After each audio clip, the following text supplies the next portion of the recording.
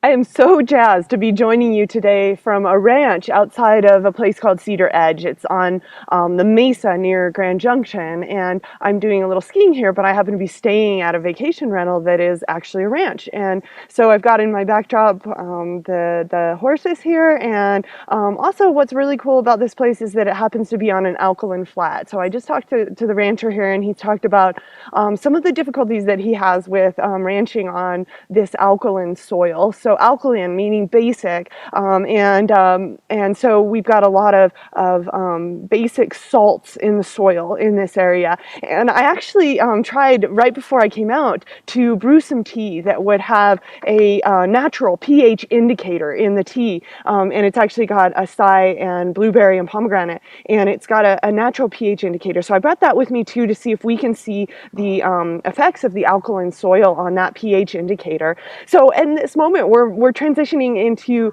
more coverage on acids and bases, and looking at eventually we're going to turn our conversation away from strong acids to weak acids, and we're going to be looking at the Henderson-Hasselbalch equation, pKa and Ka values, and looking at eventually at natural buffers, that is buffers within the body that are things ranging from the natural buffering that comes from amino acids all the way to the bicarbonate buffering system, perhaps the most famous of all of the natural buffering systems, and incredibly pertinent to the equestrian world. So those of you who are horse lovers, but also those of you who are yourselves elite athletes, much like horses that are elite athletes, using a bicarbonate milkshake is a common performance enhancer within the world of the equestrian world. And so I want to read to you actually from an article about the bicarbonate buffering system and talk a little bit about that. So it's in the Veterinary Topics article, and it says, milkshakes leave a bad taste. And at every level of racing, so much time and money are invested in each horse that trainers and owners want to find the extra edge that will help give even the most astutely trained and conditioned athlete to be more competitive. So manipulating timing of feeds, feeding, supplements can alter physical performance. One such controversial substance that has been actively administered to racehorses since approximately 1989 in an effort to enhance performance is sodium bicarbonate. Commonly known as baking soda, a milkshake is a colloquial term used to describe a combination of approximately 500 grams of sodium bicarbonate, glucose, and often other additives. These substances reduce acidic conditions within actively contracting muscle cells, and the milkshakes are used as buffers. So our conversation will be turning towards the latter portions of our coverage to buffering systems. So let's take a minute to see if we can't get our natural pH indicator to register this alkaline soil. So I'm going to try to move things around so you guys can kind of see the white alkaline flat in this area. In fact, you can see all around the alkalinity of the soil. So we're going to see if we can get our natural buffer to work here, our natural pH indicator. There are a lot of natural buffers too out there. I'm going to grab just a little bit of this alkaline soil.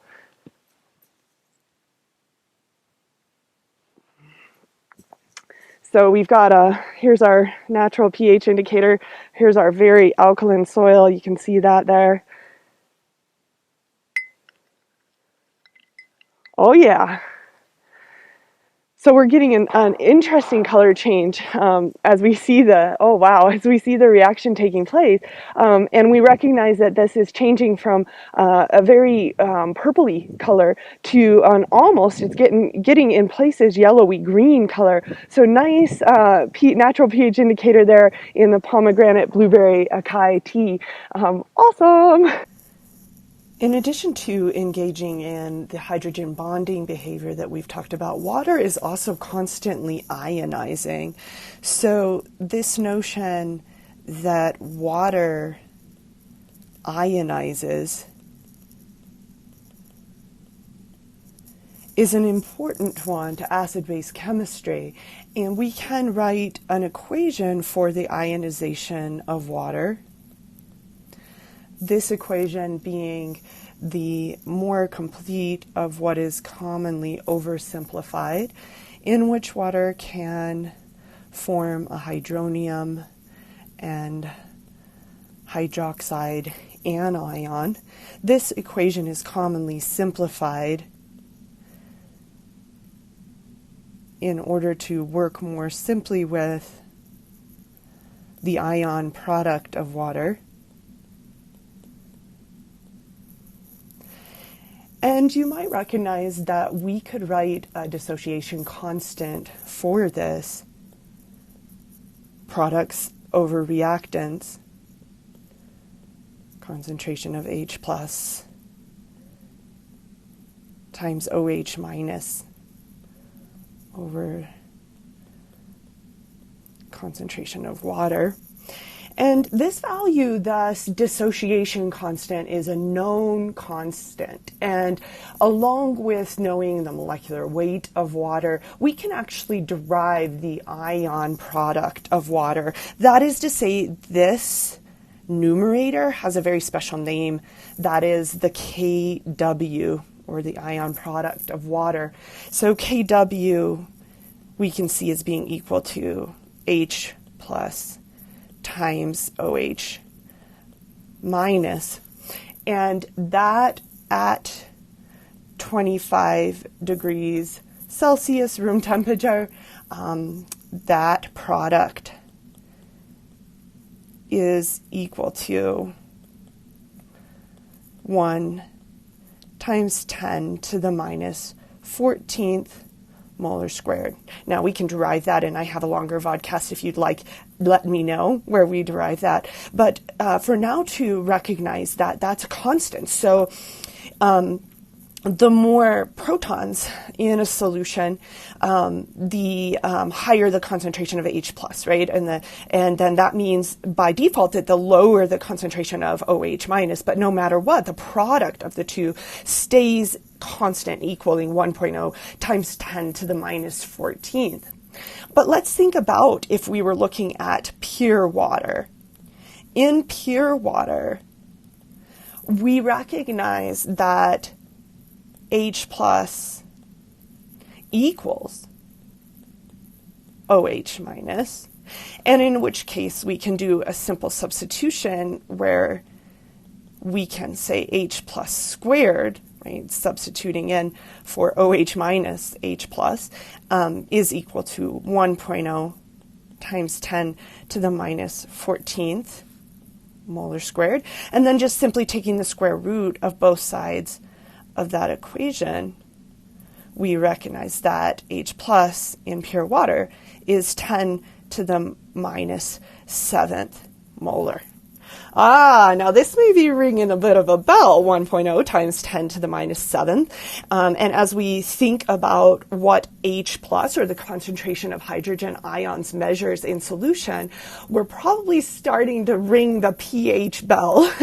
And you're starting to think about the fact that this, because this value of H plus ions is typically an inconveniently small number, we tend to express instead the pH of a solution. So Sorensen developed in 1909 that equation for a pH. So we're going to take a look at that equation.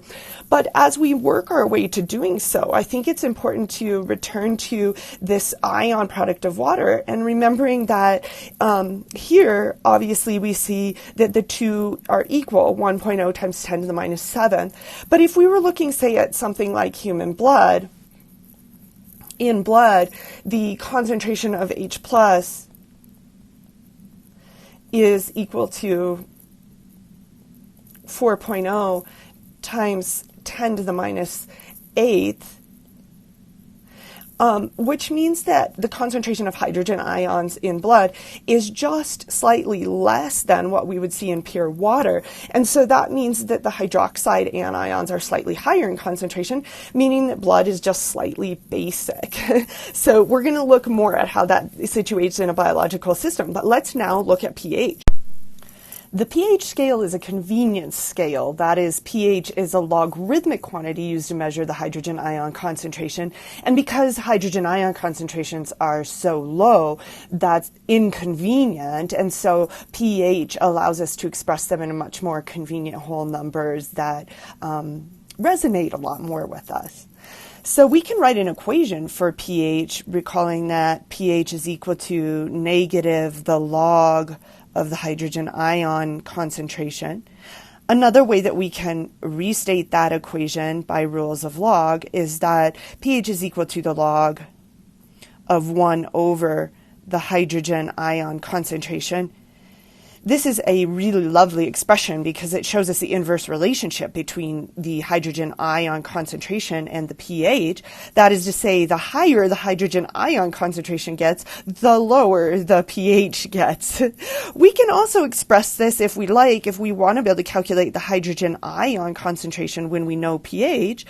We know this is base 10 log, so this would be equal to 10 to the minus pH, which is another really convenient expression depending upon what we need. Now, let's return to pure water. And of course, we recall for pure water, we had just calculated that the hydrogen ion concentration is equal to 1 times 10 to the minus 7th. So we can easily use our pH equation to calculate the pH for pure water, negative log of 1 times 10 to the minus 7th. And by rules of log, we know that log of the base A of a to the x is equal to x, so 7. That makes sense. pH of a pure water solution at neutral of 7.0. Now, recognize if we were instead wanting to look at an acidic solution in which, say, for example, a strong acid had been dissolved, such as hydrochloric acid, we recognize hydrochloric acid as being a strong acid because it dissociates completely in water. So this strong acid plus water working as the base. Now we're using Bronsted-Lowry definition of acids and bases, in which an acid like hydrochloric acid donates a proton and a base accepts a proton. So the hydrochloric acid donates a proton and forms its conjugate base, the chloride anion. So this is an acid conjugate base pair. And of course the base, water, and its conjugate acid.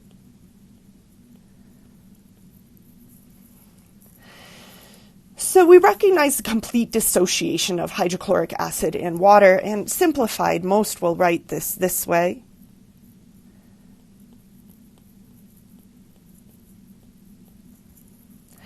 And this allows us to make an important assumption. That is, if we know that we have a solution of hydrochloric acid that is a 0.01 molar solution, then we can assume, because of complete dissociation, that the concentration of hydrogen ion in that solution is equal to 0.01. We can now calculate the pH using our trusty equation, negative log of the hydrogen ion concentration, which is 1 times 10 to the minus 2. And we go ahead and calculate pH as being equal to 2. Hey, that makes sense. Acidic, right? This is an acidic solution made from a strong acid dissociating in water. But what instead if we were looking at a base? Say, for example, we wanted to look at the strong base sodium hydroxide. So let's write this over here. Now we're thinking about sodium hydroxide, a strong base. And if we have a solution of sodium hydroxide that is equal to 0.01 molar, why then we now know that the concentration of OH minus, by same arguments, is equal to 1.0 times 10 to the minus 2. However, in order to plug into our pH equation, we first have to calculate the concentration of hydrogen ion. No problem, right? Because we know the Kw. So if we recall that the concentration of OH minus times H plus is equal to 1 times 10 to the minus 14th, then we can easily plug in to calculate H plus as being equal to 1 times 10 to the minus 14th divided by 1.0 times 10 to the minus 2. And we now see that the concentration of hydrogen ion is equal to 1.0 times 10 to the minus 12th. Excellent, because now we can plug into the pH equation, recognizing that pH is negative the log of 1 times 10 to the minus 12th, or pH is equal to 12. Excellent. Qualitatively, that makes sense because this is going to be a basic solution. That's extra cool.